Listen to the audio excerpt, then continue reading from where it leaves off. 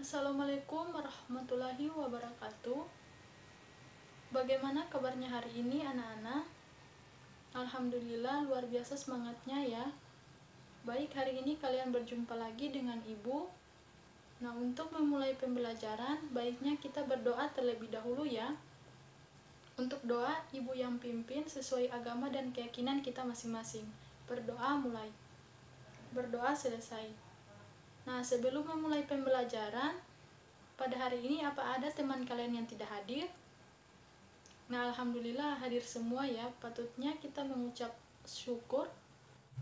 Nah, baik anak-anak, pertemuan kita pada hari ini Ibu akan membelajarkan materi yang terdapat pada tema 5 tentang ekosistem. Nah, mendengar kata ekosistem, siapa yang tahu apa sih itu ekosistem? Nah, jadi ekosistem adalah suatu sistem ekologi yang terbentuk oleh hubungan timbal balik yang tak terpisahkan antara makhluk hidup dengan lingkungannya. Nah, ekosistem bisa juga dikatakan sebagai suatu tatanan kesatuan secara utuh dan menyeluruh antara segenap unsur lingkungan hidup yang saling mempengaruhi. Nah, adik-adik harus ingat bahwa ilmu yang mempelajari ekosistem adalah ilmu ekologi. Nah, di dalam ekosistem sendiri terdapat rantai makanan dan juga jaring-jaring makanan. Nah, rantai makanan sendiri adalah sebuah peristiwa makan dimakan antara sesama makhluk hidup dengan urutan-urutan tertentu. Nah, dalam suatu rantai makanan terdapat makhluk hidup yang mempunyai peran masing-masing, yakni memiliki peran produsen, konsumen, dan sebagai dekomposer atau pengurai.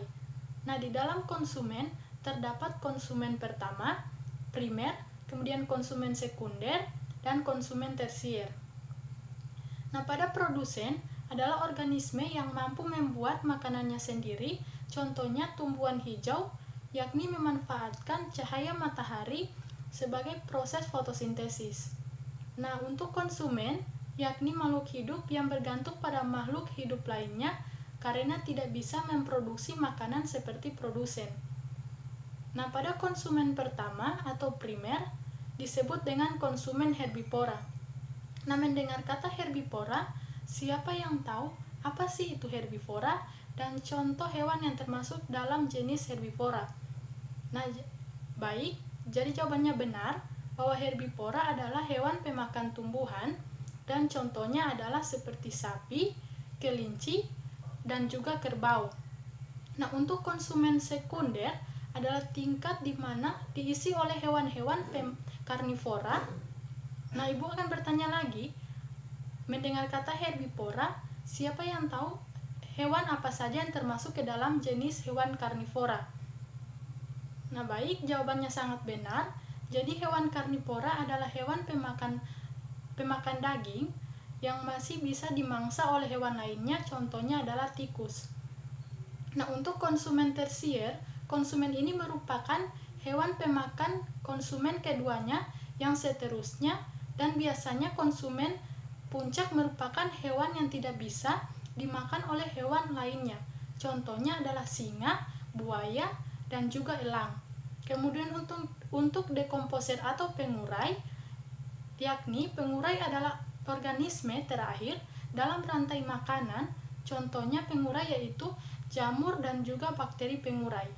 Contoh rantai makanan di darat, perhatikan gambar yang ada di samping Ibu.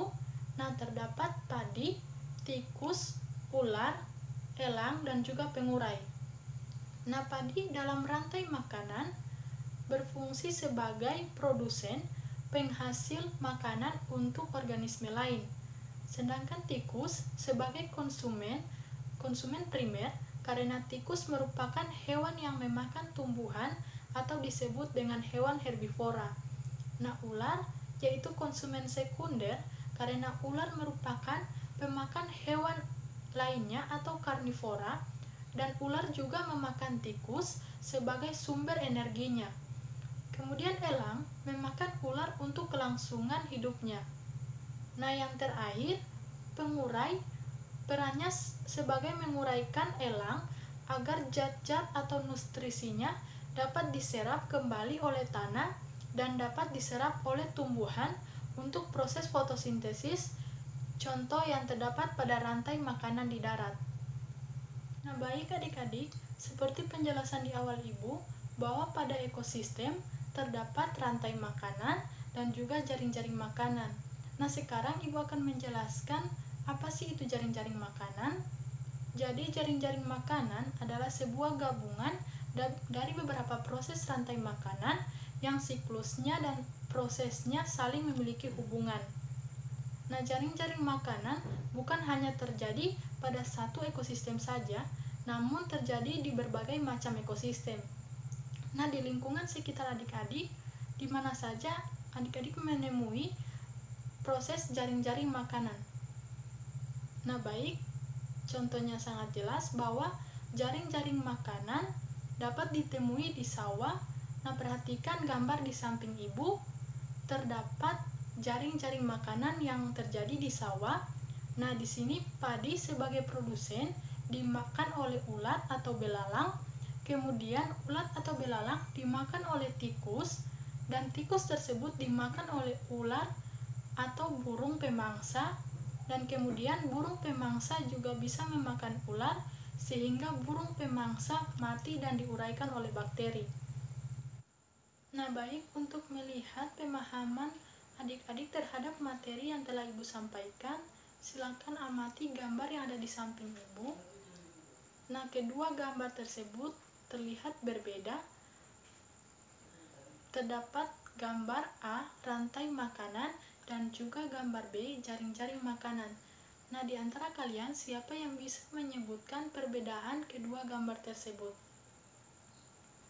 Nah, baik, jadi di antara perbedaan kedua gambar tersebut menunjukkan bahwa pada rantai makanan mengikuti alur dan hampir selalu berurutan, sedangkan pada jaring-jaring makanan lebih kompleks karena menyangkut seluruh rantai makanan.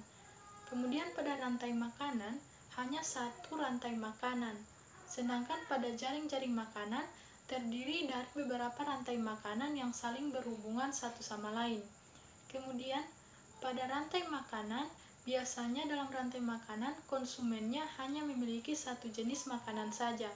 Sedangkan dalam jaring-jaring makanan, konsumen bisa memilih apa saja yang ingin dimakan lebih dari satu.